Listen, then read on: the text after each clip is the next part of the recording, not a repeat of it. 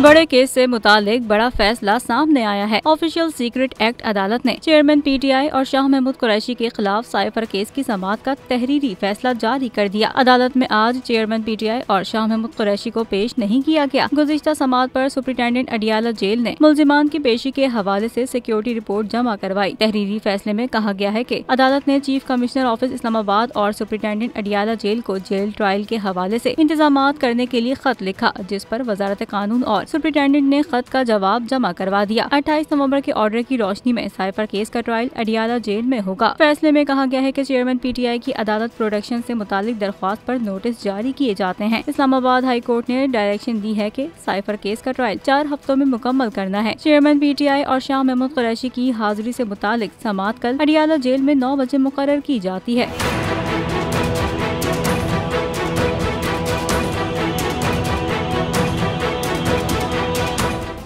Subscribe करें और bell दबाएं ताकि कोई खबर रह न जाए।